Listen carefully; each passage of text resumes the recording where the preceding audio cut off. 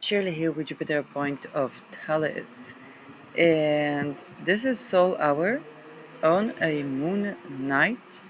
Moon is applying to Procyon and also to trine Saturn, not to trine, yes, to trine Saturn and Neptune.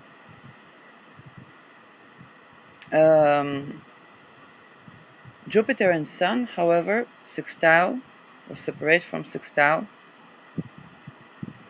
to Saturn and Neptune. No, square Saturn and Neptune, but separate from sextile to Aries in Aries and Chiron.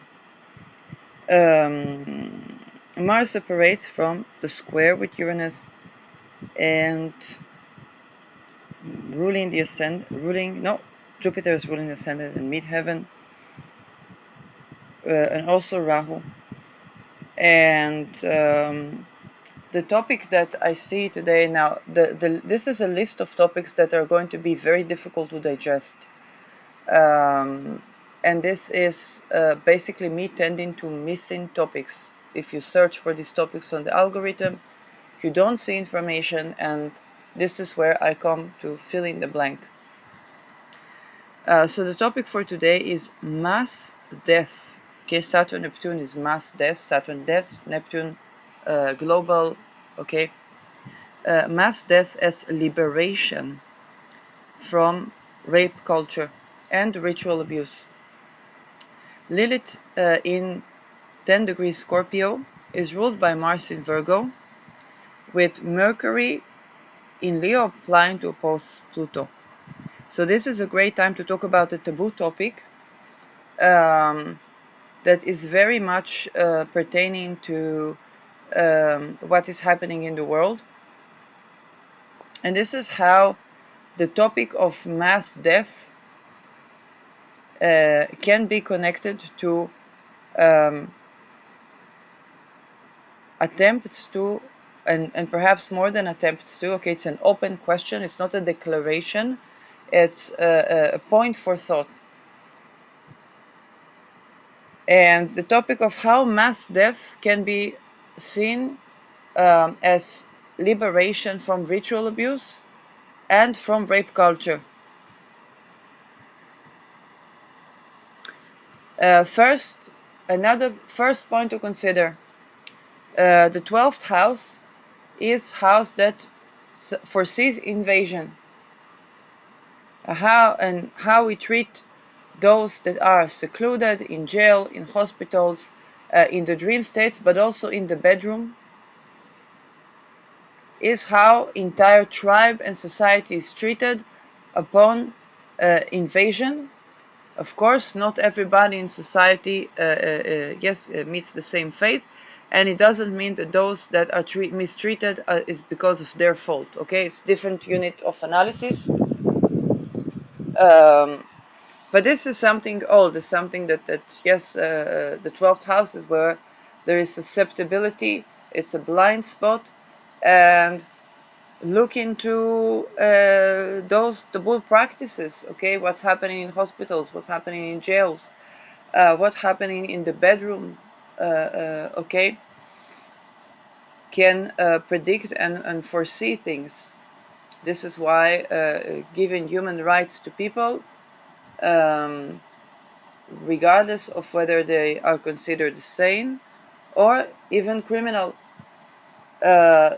Yes, we know that criminals are born through ritual abuse. This already evidence. Okay, people born, even if cloned and so on, if a person is born and not ritually abused, they do not develop the axis of that got my BitChute account to shut down, because I said that people that recovered from ritual satanic abuse, they recovered from psychopathy, sociopathy, and being pedophiles. Okay, being sex offenders against children. That's the meaning of recovery from satanic ritual abuse for people that have physically been in those rituals. There is also the second frontier, where it's done by mind control or other means or technology, I don't know, and where the people are not physically in the ritual, but But for the first frontier, this is what they recover from, because they have had to be perpetrators. It's very, very simple. Because it's children,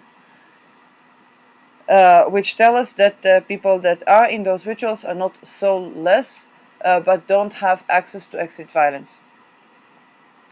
That being said, mass death can be seen as a way to liberate. If entire society, think about tribal society or modern society, orthodox or not orthodox, okay, is rapey, then what prevents a person from having identity, having the yes, no, and maybe respected, having a will to live, having a passion and desire to live, having the ability to love and be loved, is basically what can liberate that person to have all that in this life, with the sacredness of life, is the mass death of basically those who participate in this type of cultures. Alternatively, cultural changes. Okay, it's not, it doesn't have to be death. But when we try to understand Saturn Neptune, Saturn ruling Pluto, and Saturn Neptune also sextile in Uranus, when we try to understand why are so many mass deaths happening in the world, what is the point, okay, of mass death? Well, usually because something is even worse, that this puts an end to Saturn too. Saturn is death and Saturn is end. Think about something that ended in our lives. Let's say in my previous account on BitChute, I said things that are actually very touching on life and the desire to live, but perhaps the world not ready for that, and so to protect me, that ended. Okay, the account is there, the message is there. Whenever people are ready to meet that message halfway, then this will be there for them. It's an open door to thinking, and each people, okay, surrendering the results whenever they meet that. But then another perspective is for the perhaps on a, if the frequency of love is not so accessible to many, then the frequency of mass death is perhaps more accessible. And if we think about mass death as having a value of liberating from rapey culture and ritual abuse culture, we understand that Saturn conjoining Neptune is the ending of the limitation on sovereignty. And again, we cannot have, even when we talk LGBTQ, yes, if for a person to have sexual identity, they need to have identity. For identity, they need to be able to say a yes, no, maybe, and for that to be respected, particularly sexually, but not just to be pertaining to sex, yes? You cannot talk about a person being gay or straight or this or that, but they don't even have for their own ability to have their own identity, yes? If person is trafficked, there's no point to talk about the sexual identity, because first, stop to be rapey, stop to be trafficked.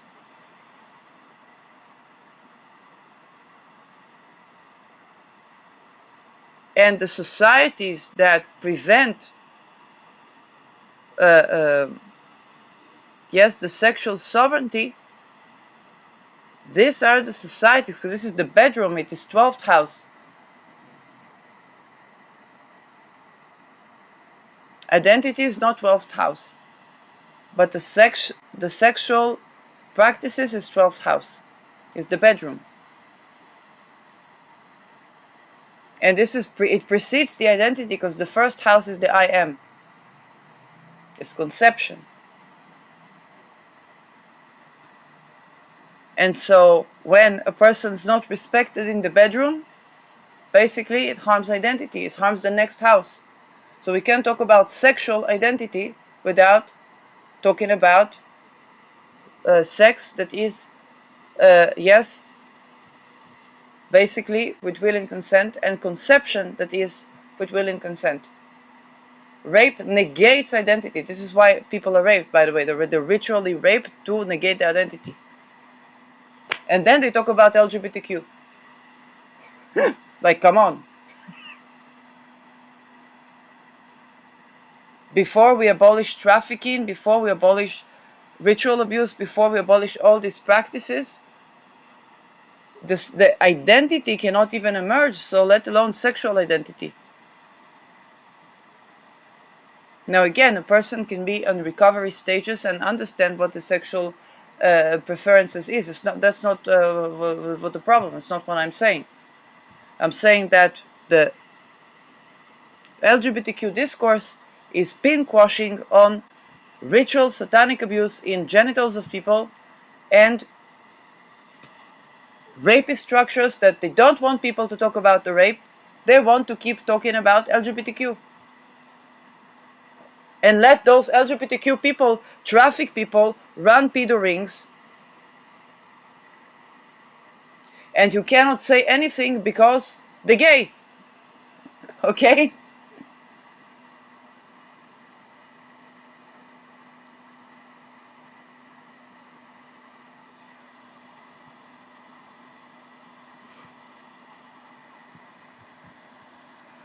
Those hidden societies, they force people to have this gay sex supposedly. It's beginning as forced. Some of them straight, some of them gay. But even if gay sex is not about rape. You have to have will and consent to have gay sex as well as any sex. And you have to have identity for that sovereignty to grow. That's very challenging, particularly because it can take decades to recover.